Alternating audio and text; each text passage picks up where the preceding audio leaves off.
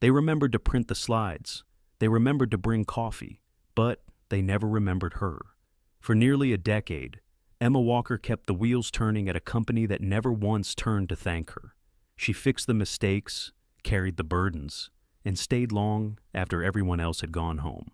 And when success came knocking, it was always someone else who opened the door. No applause, no acknowledgement, not even a name, until one morning she printed her own name for the first time in years at the bottom of a resignation letter.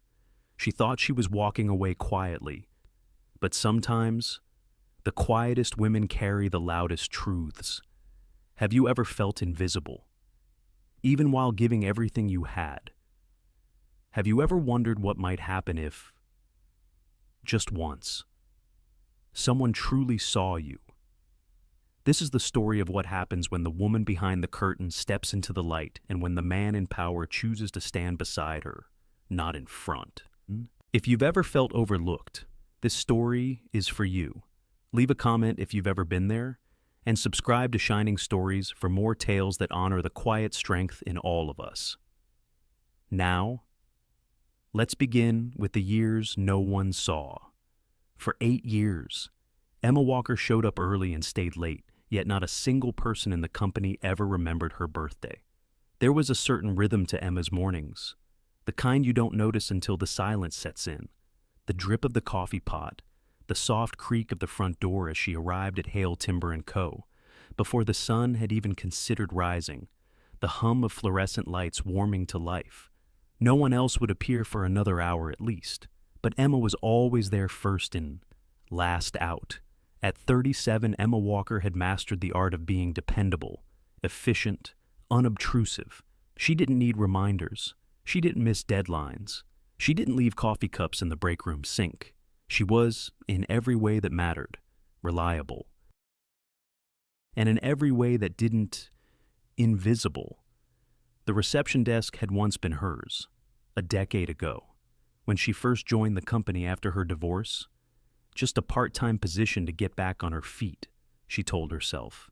But that was before her daughter came down with strep twice in one winter, before her mother's arthritis started turning doorknobs into torment.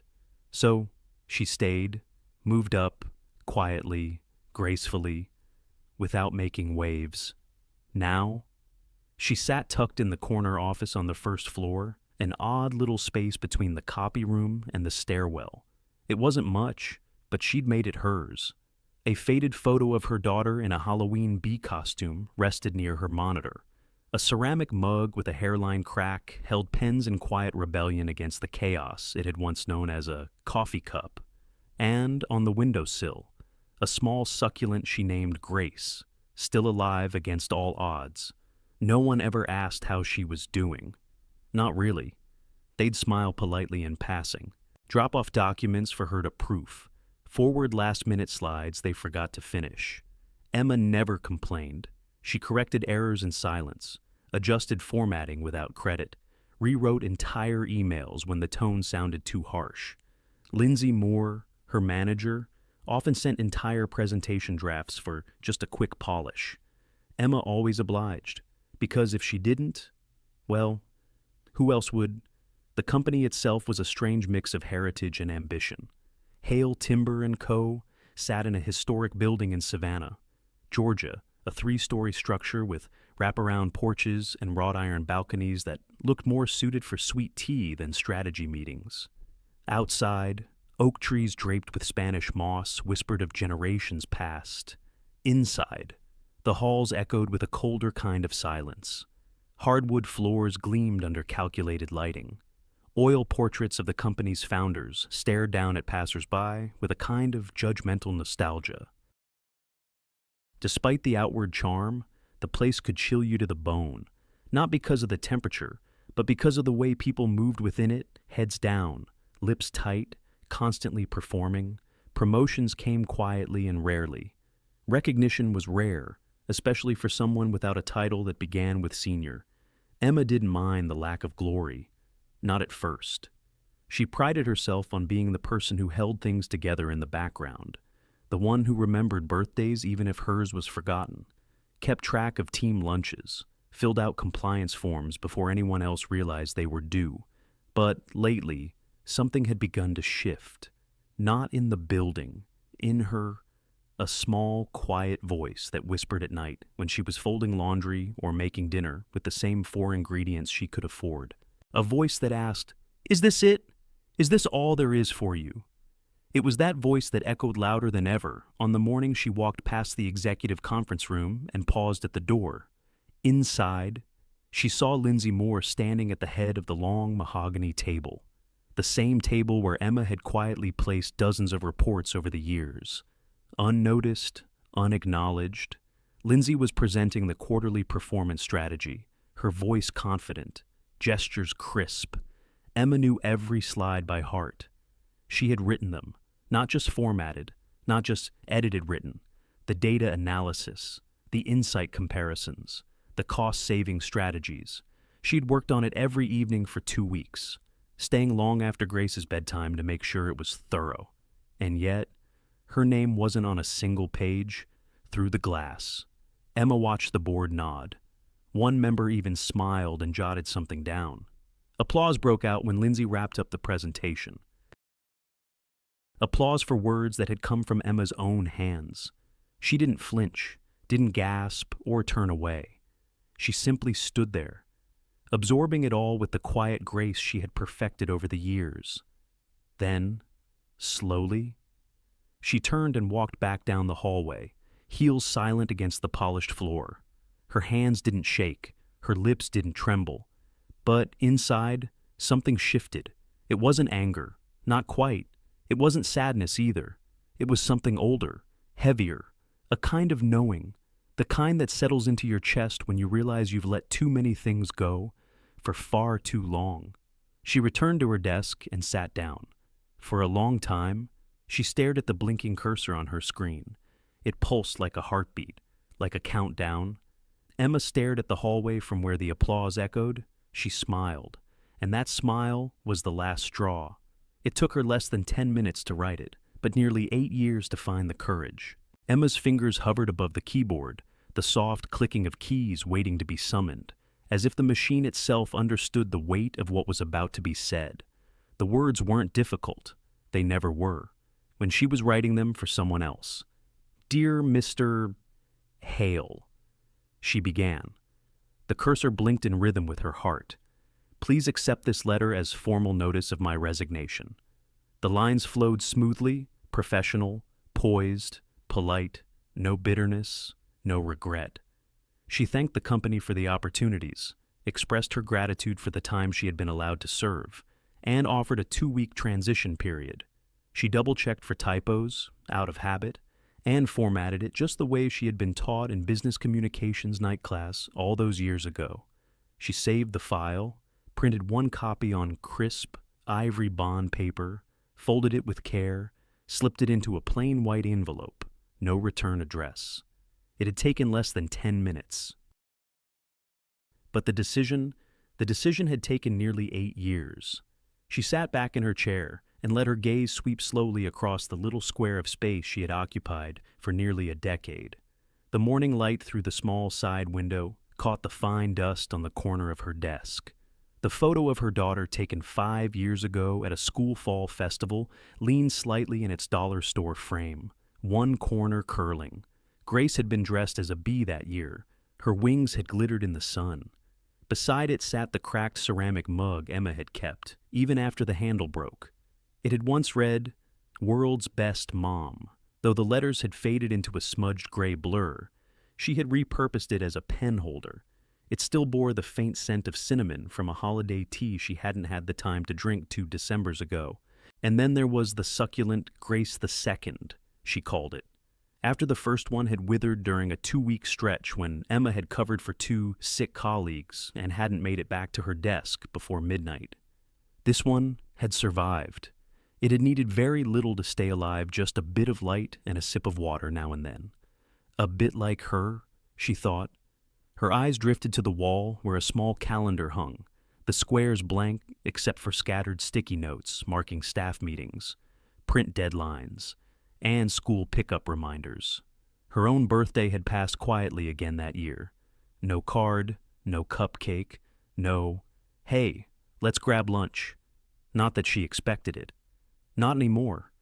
It was strange how grief didn't always come from a sudden loss. Sometimes it was slow and quiet, like rain soaking into wood, warping it from the inside out. A memory surfaced 3 winters ago, when she'd stayed late rewriting a report that had been submitted full of errors. The manager who had botched it never thanked her. In fact, he had laughed about it at the next team meeting, calling it a good save, thanks to a ghostwriter in the back corner. Everyone had chuckled. Emma had smiled. That was the moment she realized silence could be louder than cruelty. And yet, she had stayed, because the mortgage had to be paid, because her mother's prescriptions weren't cheap, because her daughter needed stability more than her mother needed pride. So Emma had tucked away the sting of each passing slight, had filed them deep into a place no one could see. Until today. Today. She would no longer be the reliable ghost. Today, she would choose herself. She looked down at the envelope again. There was nothing special about it, no label, no stamp of finality. But in her hands, it trembled ever so slightly like a secret about to be spoken after years of being buried alive. She lifted the flap, checked the letter one last time, and pressed it closed. And then just as she reached for her bag, a tear fell. It landed silently on the corner of the envelope, followed by another. Emma wiped her cheek quickly, then paused. It surprised her. The tears weren't born of fear, or sorrow, or even anger. They were lighter than that, quieter. They tasted like release. For the first time in years, she wasn't swallowing her feelings.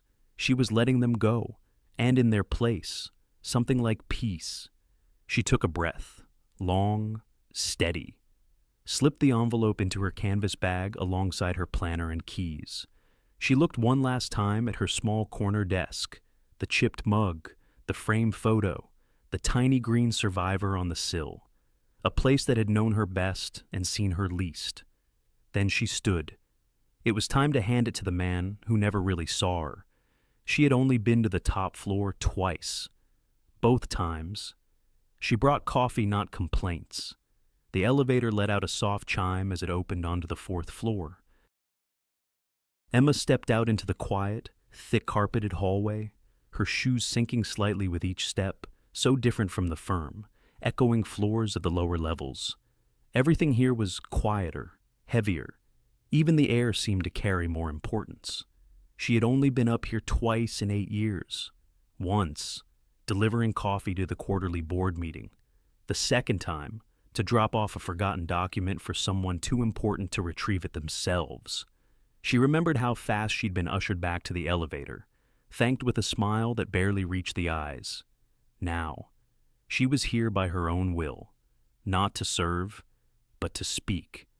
Her hand hovered in front of the dark wood door marked Jonathan Hale, Chief Executive Officer.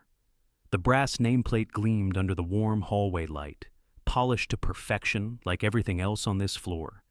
She took a breath, quiet, controlled, then knocked. From the other side, a voice called out, low, even, and unmistakably his, "Come in." Emma pushed the door open and stepped inside. The office was more than just a workspace. It felt personal.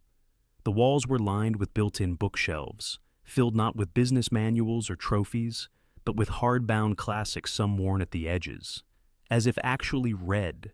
Framed sketches of trees hung alongside architectural drawings of timber mills' early designs, judging by the faded ink and uneven lines.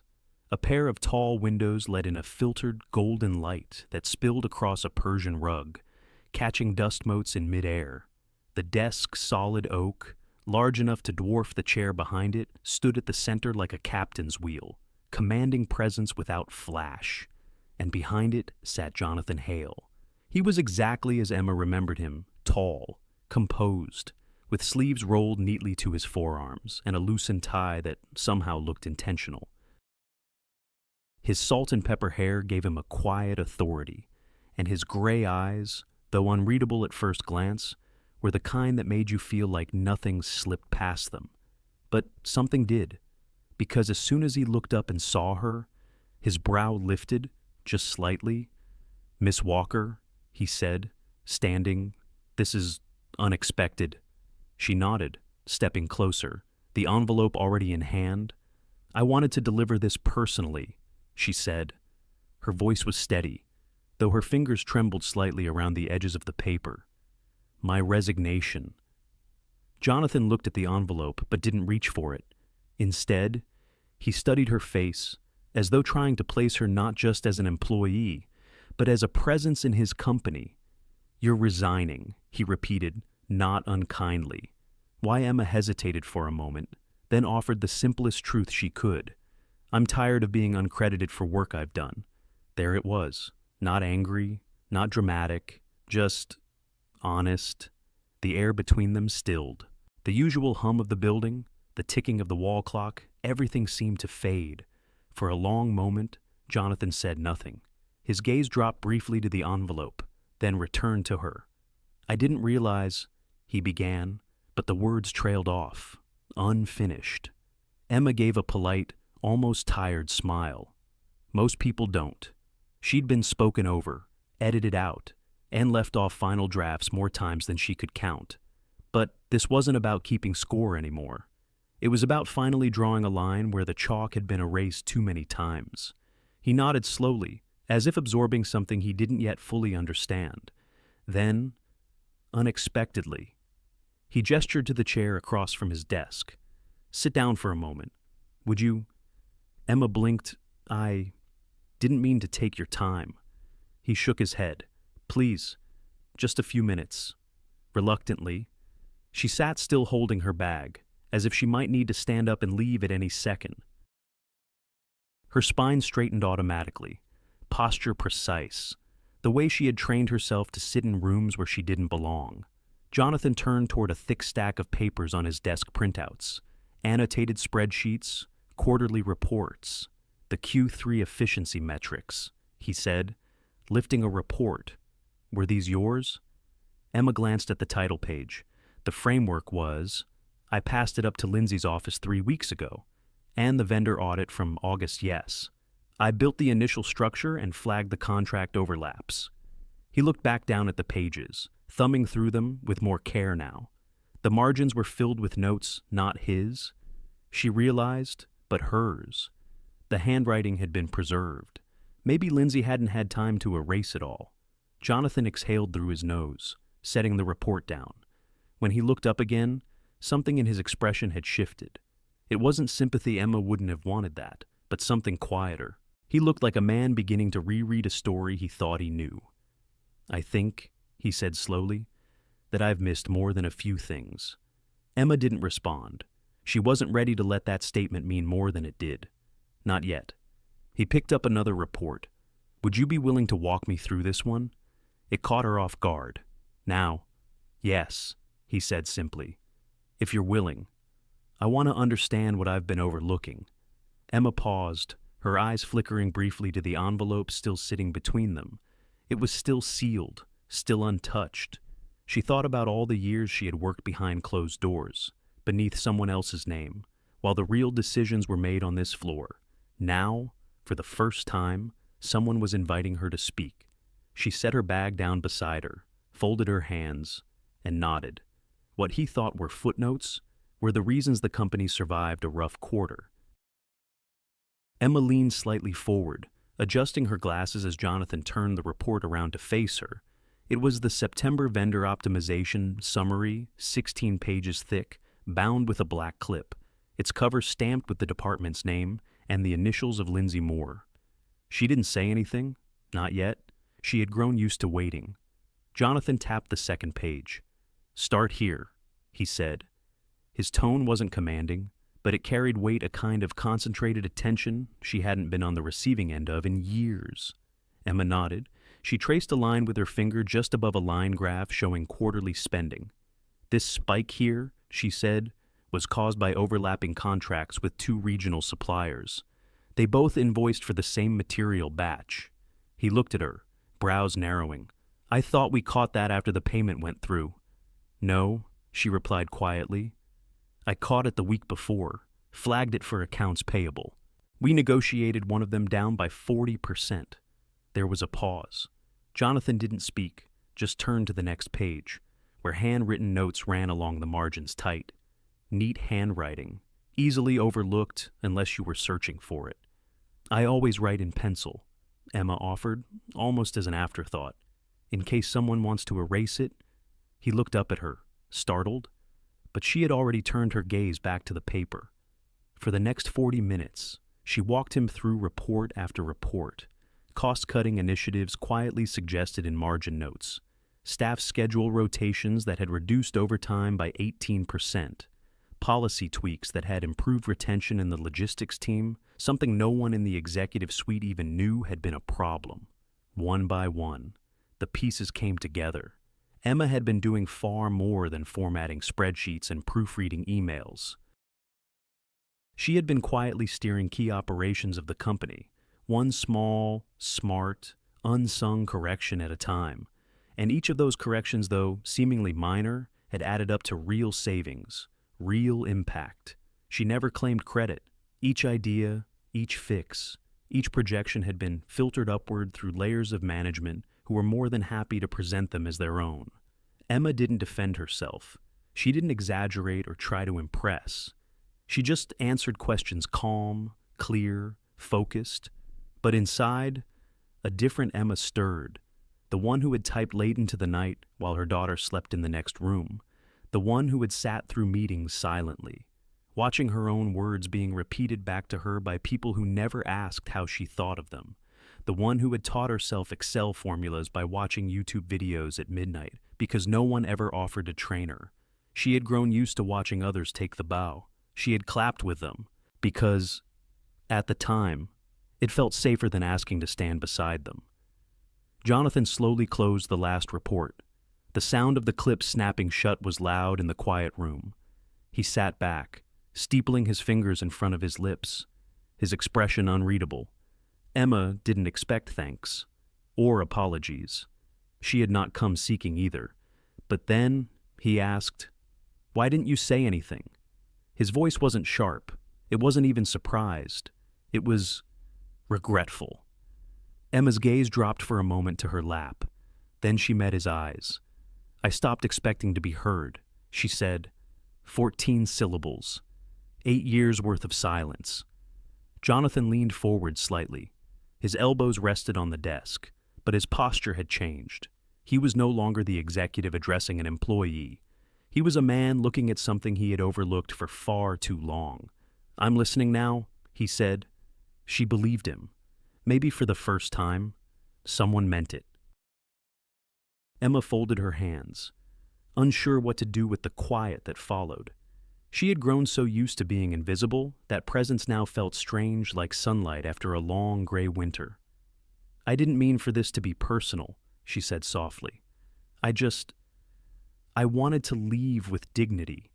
He nodded, then reached toward the envelope she had handed him earlier. But instead of opening it, he turned it slowly in his hands, like something delicate. "I want to ask you something else," he said, "but not as a CEO." Emma looked up, then as what he's paused, thoughtfully, as someone who realizes he's been blind. A silence settled between them, again this one softer. It didn't matter what he said next. What mattered was this. For the first time in years, someone actually listened. By Monday morning, the hallways were humming, not with work, but with whispers. Emma knew something had shifted the moment she stepped out of the elevator. It wasn't the silence that was familiar, but rather the kind of quiet that falls over a room right after a name has been spoken, and just before it's spoken again in a lower voice. Her heels clicked gently against the floor, but every sound felt louder than it should have. Too many eyes glanced up, only to quickly look away. Conversations that had been flowing moments ago thinned to a murmur. The smiles she received were polite, but tight at the corners. She had lived a long time in the shadows. She knew what it felt like to be unseen. This wasn't that. This was something colder. Being watched. By mid-morning, the change became more obvious. At the coffee station, 2 junior associates who'd once shared memes with her now busied themselves with sugar packets when she arrived. In the copy room, someone quickly closed a Slack window on their screen. the chat bubble disappearing before she could read the words. Emma didn't ask questions. She just kept moving, holding her planner to her chest like a small shield. It was in the break room, just after lunch, when the whispers found their way to her ears, no longer disguised, no longer subtle. You don't just resign and then waltz back into private meetings with the CEO. Someone said. The voice wasn't loud, but it was clear. Purposefully, just loud enough. Emma froze for a moment behind the door, hidden from view. Another voice joined in, low and syrupy, like someone pouring honey over a blade. She's clever, I'll give her that. Timing it just right, just when Jonathan's getting more flexible. A pause, a soft chuckle. She's always been quiet. No one saw her coming. Emma turned and walked away. She didn't need to hear more. Her office, still on the first floor, suddenly felt less like a space of retreat and more like a fishbowl. Everything felt fragile, exposed. The window beside her desk, that had once given her slivers of morning light, now felt like an opening for someone to peer inside. She sat down slowly, her hands resting on her lap, cold despite the warmth of the room. She had only spoken the truth. She had only told a man what he had failed to see, and yet, somehow, she had become the story. The next day, Lindsay Moore passed her in the hallway. She stopped. All tailored blazer and lacquered confidence, eyes narrowed in a smile that didn't reach her cheeks. "Emma," she said smoothly, "I hear you had quite the conversation upstairs." Emma nodded once, expression neutral. "I did." Lindsay tilted her head. "You know how these things look. One day you're handing in your resignation. The next, you're sitting across from Jonathan Hale reviewing reports like an executive." Emma's chest tightened, but her voice remained steady. "He asked me to stay. I didn't request anything." Lindsay's smile widened just a fraction. "Of course. It's just things move fast around here. People notice." She leaned in slightly, lowering her voice. "Perception is everything. Emma. And perception right now isn't exactly in your favor." Then she walked away, her heels tapping like punctuation marks. Emma stood still in the hallway long after she left. She'd dreamed for years quietly, in the privacy of her own exhaustion, of what it might feel like to be acknowledged, to be valued, to be invited to speak instead of always taking notes. But she had never imagined that recognition would come hand in hand with suspicion. There was no promotion. Not yet.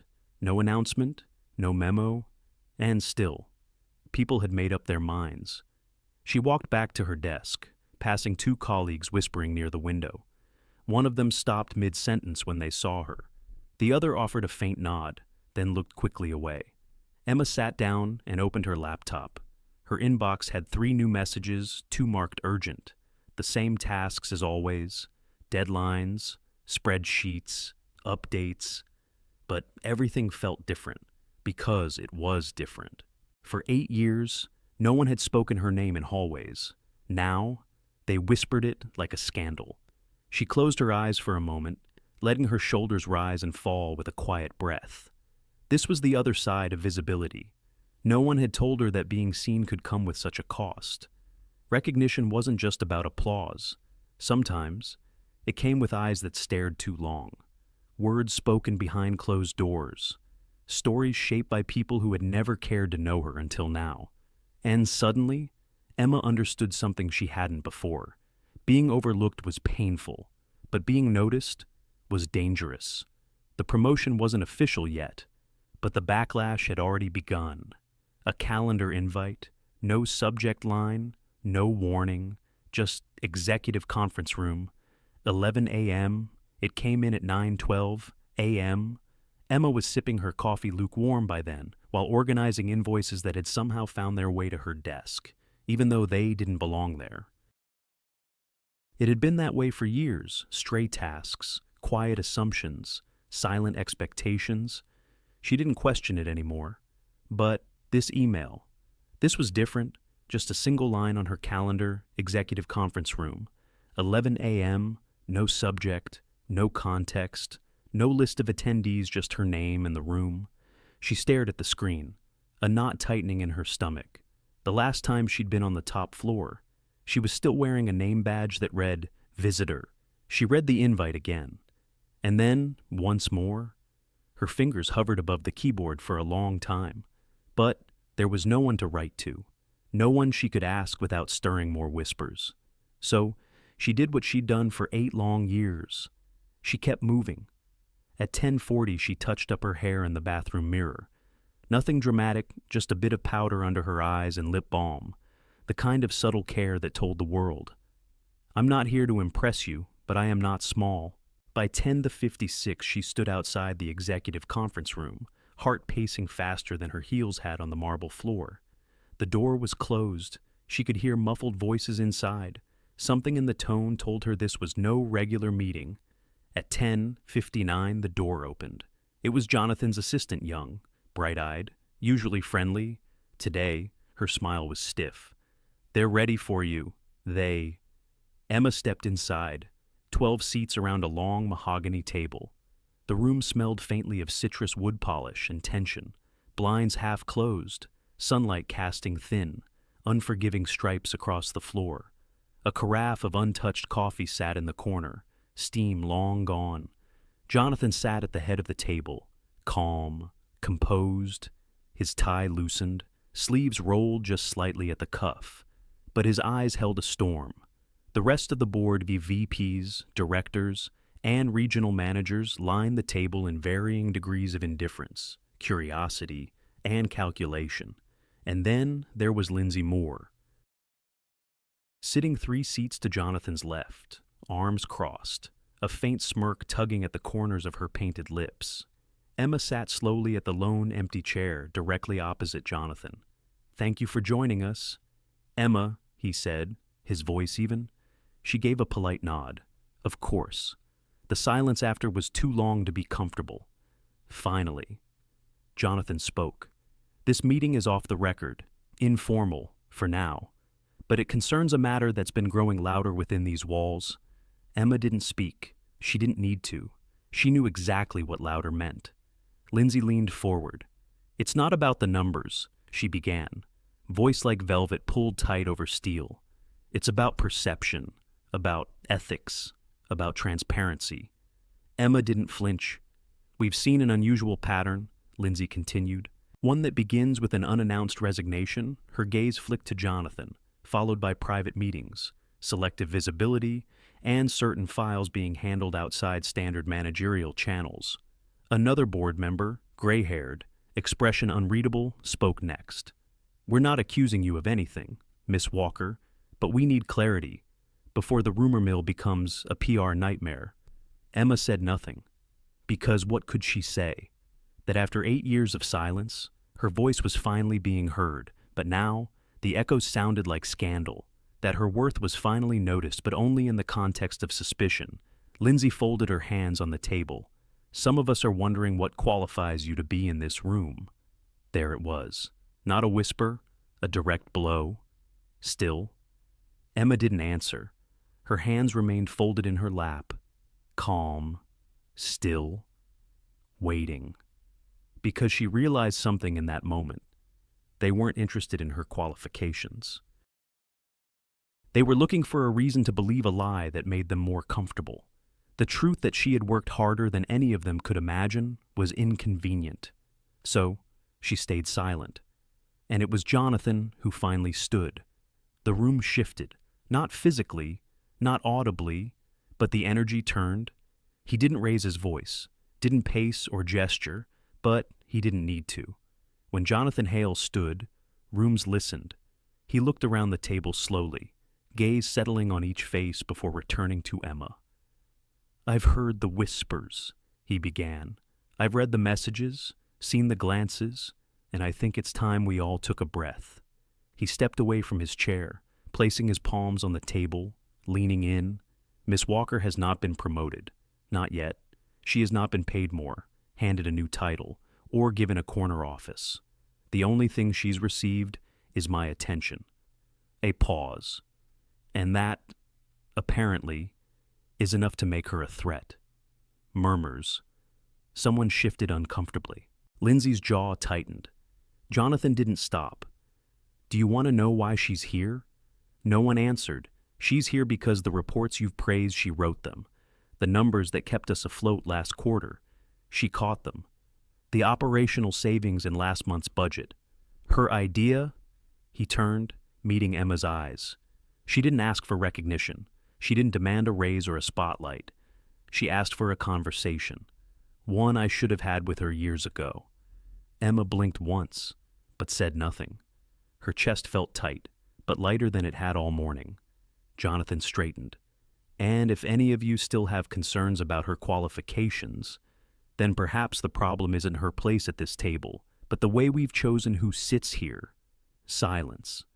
The kind that fills the room when something real has been said. Emma didn't smile. She didn't gloat. She just breathed. And for the first time in a long, long time, she wasn't the one being asked to explain herself. If there's any mistake here, he said slowly, it's mine for not noticing her sooner. The words seemed to echo long after Jonathan spoke them, not because he raised his voice, but because he didn't. His tone was quiet, firm, the kind of voice that couldn't be argued with, only heard. Emma sat still in her chair, every muscle taut like a string drawn tight. Around her, no one spoke. Even Lindsay's usual smirk had slipped slightly, replaced by something far more unsettled. Jonathan reached into the leather folio beside his chair and pulled out a small stack of documents. He laid them one by one across the table, like cards in a game no one else had been invited to play. This, he said, pointing to a 5-page proposal stamped confidential, was presented by Lindsay's department 3 months ago? It was praised for its insight into operational streamlining. He turned to Emma, but spoke to the room. Except this version. He held up a second copy. The original version, with track changes, was written by Emma Walker. A soft gasp escaped from someone on the far side of the table. Jonathan didn't pause. This breakdown on vendor renegotiations. Emma flagged it first. He slid the next sheet forward. The analysis on employee retention strategies. Emma wrote every word. Another paper. She didn't present them, didn't sign them. They were funneled through other departments, with no attribution. He stepped back from the table, allowing the documents to speak in silence. I went through everything over the weekend. Emails, edits, drafts with her initials at the bottom. She didn't just contribute, she built the structure we've been standing on this whole time. Emma looked down at her hands. Her fingers had curled into her palms without her noticing. Slowly, she released them. I had no idea, said someone at the far end. She never said anything. Another murmured. Jonathan nodded. Exactly. He looked around the room, calm, steady, deliberate. That's why we're here. He returned to his seat but didn't sit. His hand rested lightly on the back of the chair. I'm not here to defend Emma's value to this company, he said. It's already been proven. What I am here to do is to correct a mistake, a pause.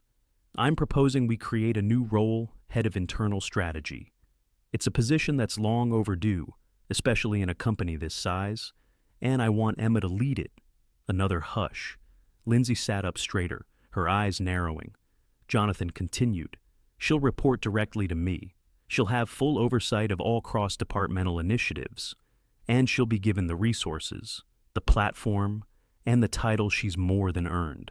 He let the words settle before he added the part that changed the tone entirely. And no, this isn't personal.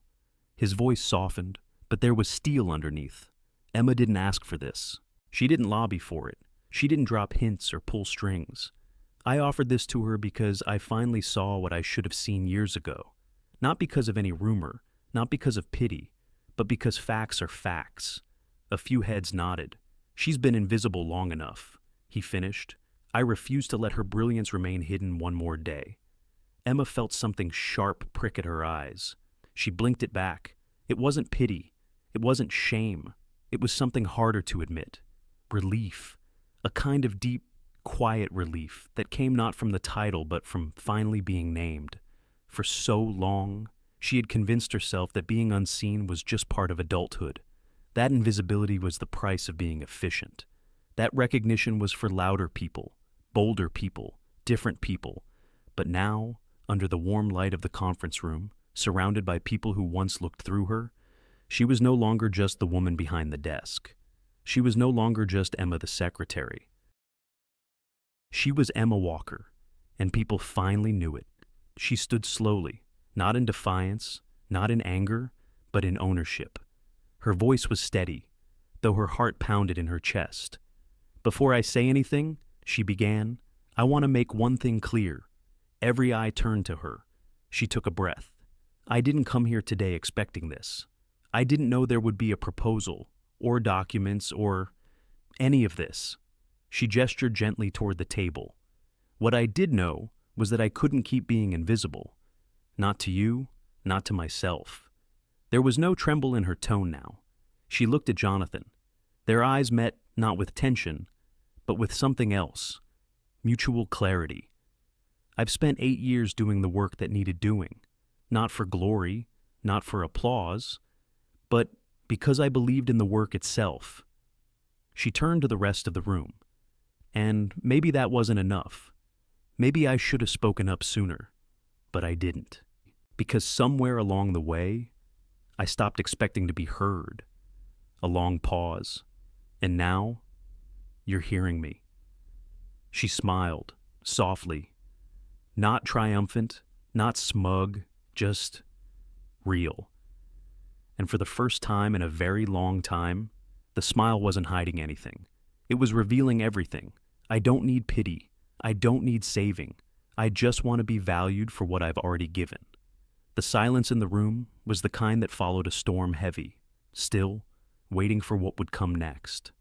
Emma's voice broke through it, clear, steady, not loud, but full. "I'm not here to defend my worth," she said, standing tall though her knees still trembled in their own quiet way. "And I'm not here to shame anyone. That's not who I am." She took a step forward, the echo of her low heels soft against the wooden floor. "I'm here because for 8 years I showed up, every morning, every evening, through flu seasons, budget cuts, power outages, and personal loss." She let her gaze move across the room, touching each face. "I stayed when others left. I listened when no one else did. I cleaned up errors that weren't mine, wrote reports that didn't bear my name, trained new hires who got promoted past me. And every time someone forgot who prepared the quarterly forecast, I told myself it didn't matter." She exhaled, a pause, but it did. Emma glanced at the stack of printouts Jonathan had placed on the table earlier, the ones that showed her initials, her edits, her fingerprints on work that had shaped the company. With slow precision, she picked up one document, an internal proposal from 6 months ago. "Page 3, she said, flipping it toward the room. "Projected savings of 12% by renegotiating vendor contracts. We hit 14% in Q3. She placed the paper back down. Another sheet. This suggestion cutting idle digital ad spend by shifting to seasonal rotations resulted in a 22% return on investment. No one remembered where the idea came from. I do. The room remained hushed, but something shifted, shoulders straightened, brows furrowed in thought. A few glanced toward Jonathan, but most kept their attention on Emma now. She didn't waver. "My point is simple," she continued. "My work stands on its own, even when no one clapped." Her voice cracked slightly on that line, not from weakness, but from weight. She let it hang, let it breathe. Then she added, "I never wanted a parade. I wanted presence. I wanted to know that the time I gave meant something." She glanced toward Lindsay, who now sat perfectly still, arms folded tighter than before. "I'm not angry," Emma said softly. "I'm finally honest with myself, and with you." Her hands, which had once trembled, now rested calm at her sides. "I'm not looking for pity. I don't need saving. I need space, to build, to lead, to offer what I've always had but was never allowed to share openly, a breath." Then, if you want someone who knows this company's bones, who understands its quiet systems, its blind spots, its forgotten corners, I'm already here. She stepped back. I've always been here. The room sat still, thoughtful, a rustle of a chair, then a nod, subtle, almost unsure from the woman seated beside Martin Lang. Another nod across the table. Even Richard, one of the oldest board members, shifted in his seat as if something had just settled differently in his chest. Emma didn't smile, not yet. She simply returned to her seat, for the first time, not shrinking into it, but filling it. Jonathan met her gaze from across the table. There was no smugness there, only pride, the quiet kind, the kind that doesn't cheer but understands. No one spoke for several seconds. Then Richard cleared his throat. "Well," he said, adjusting his glasses. That was illuminating. Lindsay didn't speak. Jonathan looked around. "I'll call for a vote at the end of the day. Everyone deserves time to consider." There were murmurs of agreement, but for Emma, the decision had already arrived. Whether the title came or not, something fundamental had changed. A door had opened not because she knocked louder this time, but because she stopped waiting for someone else to open it. She had spoken, they had heard her, and in that moment, she no longer needed permission to take up space. "I don't need pity. I don't need saving. I just want to be valued for what I've already given." No one moved. Not even a breath broke the stillness after Jonathan sat down. His final words still seemed to hang in the air, echoing not just in the room, but somewhere deeper in each person's quiet thoughts. Then Emma stood, not hurriedly, not timidly. She rose like someone who had waited long enough to be small. Her chair slid back gently, the soft scrape of wood against floor, the only sound. And then she spoke. "I've never been comfortable taking up space," she began. "Not in rooms like this." Her voice was steady, lower than usual, but not soft. "I always told myself that if I just worked harder, stayed later, kept quiet, someone would notice. Eventually," she looked around the room, not at one face in particular, but at all of them. But eventually never came. There was no bitterness in her tone, only fact, history laid bare. "I don't want a spotlight," she continued. "I've never needed applause. What I've needed is acknowledgement, not because I'm fragile, but because I'm human." She took a breath, not because she was nervous, but because the words carried weight. "I've written reports that were used in strategy meetings, fixed numbers before they became problems, proposed adjustments that saved this company real money. But those emails were always forwarded from someone else's account. My ideas were handed over without my name." She picked up a printout Jonathan had left on the table, the retention strategy, the one she wrote. "This was presented in February," she said. "It improved employee satisfaction by 18%. I remember typing it on my kitchen counter while my daughter sat beside me coloring. That detail, it wasn't accidental. It wasn't for effect. It was the truth of her life, the messy, unseen context in which all her professional contributions were made. I sent it through my manager, like I always did," she said, placing the sheet down again. "He told me it had promise. The next week, it was presented to the board. Without my name." She wasn't angry now. That had passed. This was something else, something closer to clarity. "I'm not telling you this because I want sympathy," she said, her voice firm. "I don't need pity. I don't need saving. I just want to be valued for what I've already given." She paused, letting that line sit with them. It did. "My work stands on its own," she added, even when no one clapped. She looked toward Lindsay then, not with venom, not with triumph. Just presence. Some people know how to ask for what they deserve, loudly, directly. That's not wrong, but some of us, we're quieter, not because we doubt our worth, but because we were taught not to take up too much space. She didn't blink.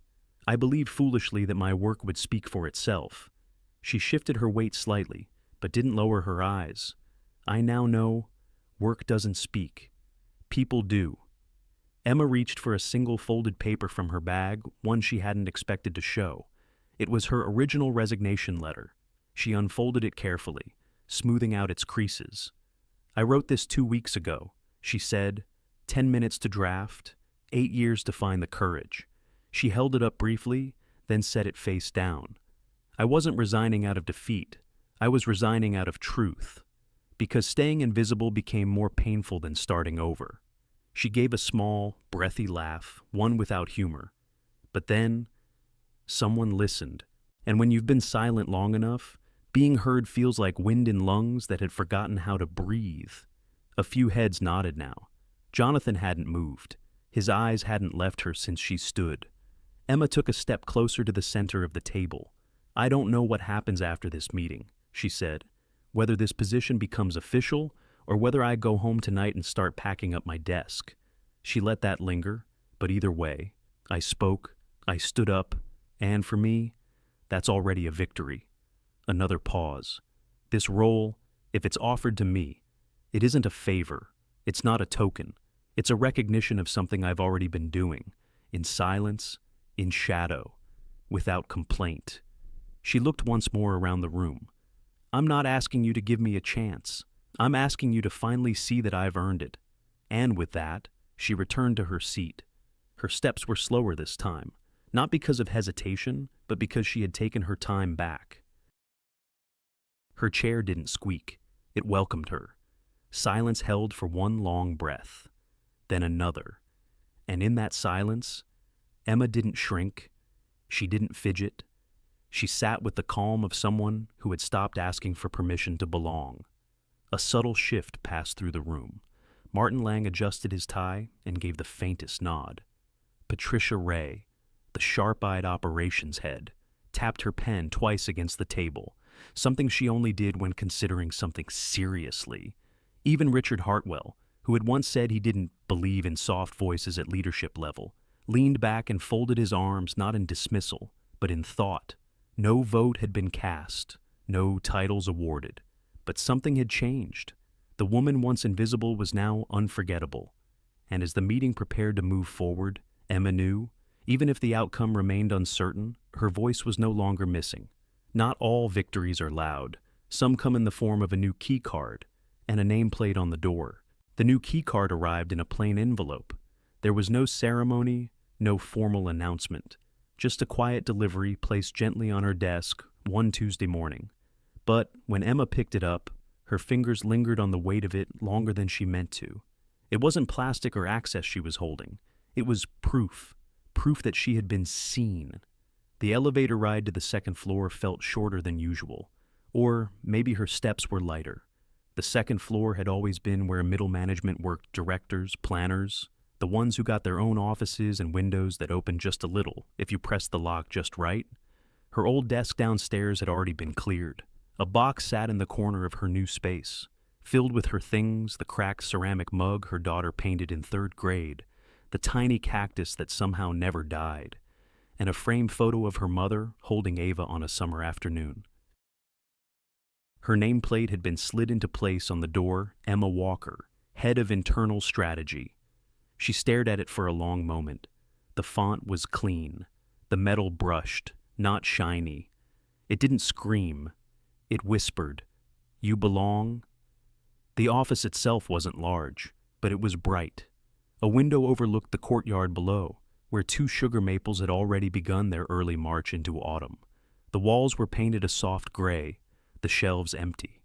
A small notepad lay on the desk, clean and white and waiting. It was hers. For a moment, she didn't move, just stood there, letting the quiet wrap around her like a soft coat.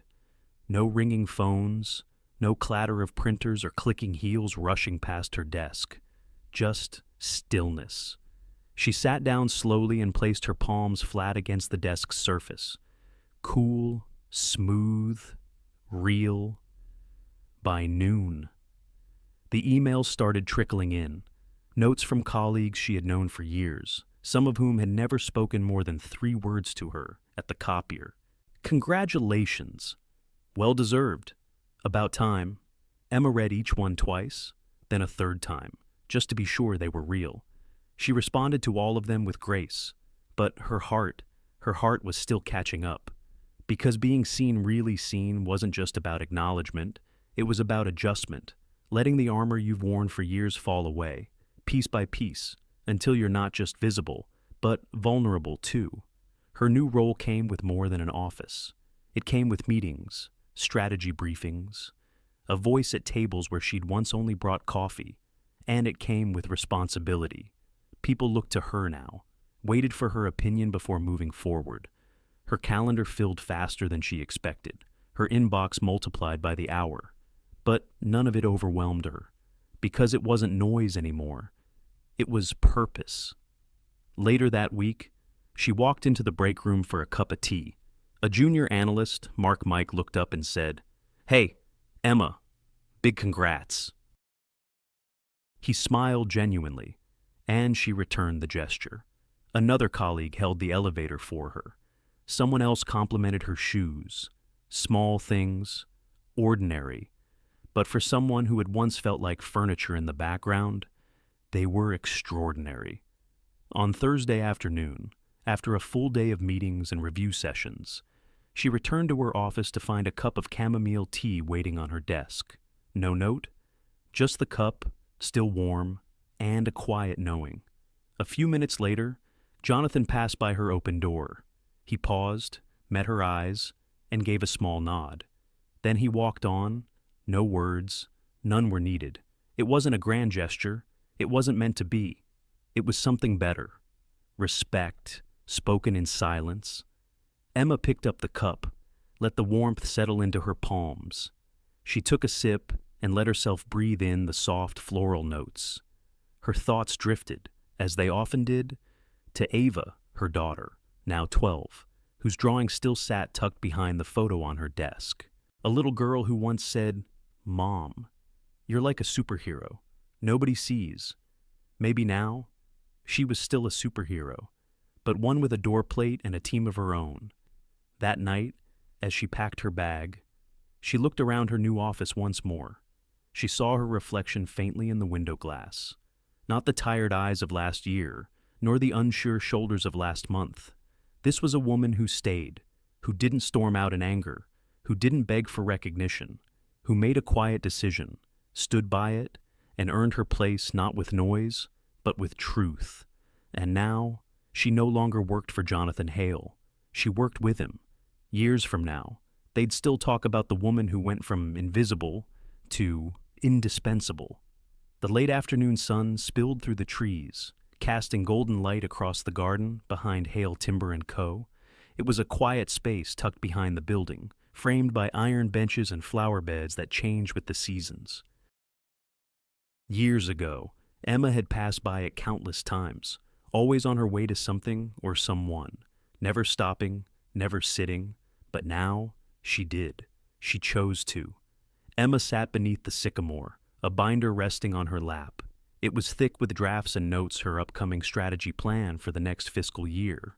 Her initials were printed on the corner of the cover, just below the Hale Timber logo. She ran her hand lightly over the top of the page. It still felt strange sometimes, to be leading something, to have others waiting for her direction, her clarity, to not be just a voice behind a desk, but the mind at the front of the room. And yet, it felt right. Leaves rustled above her. A soft breeze drifted through the garden, scented faintly with rosemary and late-blooming hydrangeas. She closed her eyes for a moment, letting the quiet steady her. These moments, the ones between the motion, were where she felt her own strength the most. She had not arrived at this place with thunder or force. She had arrived with patience, persistence, truth. Her thoughts were interrupted by the sound of laughter, familiar, high-pitched, full of life. Ava. Emma looked up and saw her daughter skipping across the courtyard, her backpack bouncing with each step. Just behind her, Emma's mother walked more slowly, smiling, a thermos in one hand, car keys in the other. Emma stood, brushing off her skirt, and waved. Ava reached her first, flinging her arms around her mother's waist. "I got an A on my history quiz." "You did?" Emma beamed, pulling her close. "I'm so proud of you." Her mother stepped up with a knowing look, just like her mother. Quiet but sharp. Emma laughed. Maybe sharper. They sat together for a few minutes on the bench, Ava chattering about her day, her mother occasionally adding small comments about the bakery or the traffic, the kind of everyday talk that once felt like background noise, now felt sacred. Emma caught herself smiling, not just with her lips but deep in her chest. This was her life, not perfect, not simple, but hers. She glanced at her watch. It was nearly 5, and then she heard his steps. Not loud, just steady. She didn't need to turn around to know who it was. Jonathan Hale had a particular way of walking purposeful, but never rushed. She often noticed how he seemed to bring stillness with him, even when he entered a room full of noise. "Emma," he greeted, his voice soft. She stood as he approached. He didn't reach for her hand. He didn't need to. Their eyes met, and something unspoken passed between them. Not longing, not uncertainty, but certainty. A calm that only came when both people had nothing left to prove, only something to share. "Your team sent me a preview," he said, nodding toward the binder on her bench. "It's good, more than good. Still needs polishing," she replied. He smiled. "You've always known how to polish stone into something bright." Her mother rose then, giving them both a knowing look. "We'll wait in the car," she said gently, ushering Ava with her. Emma didn't protest.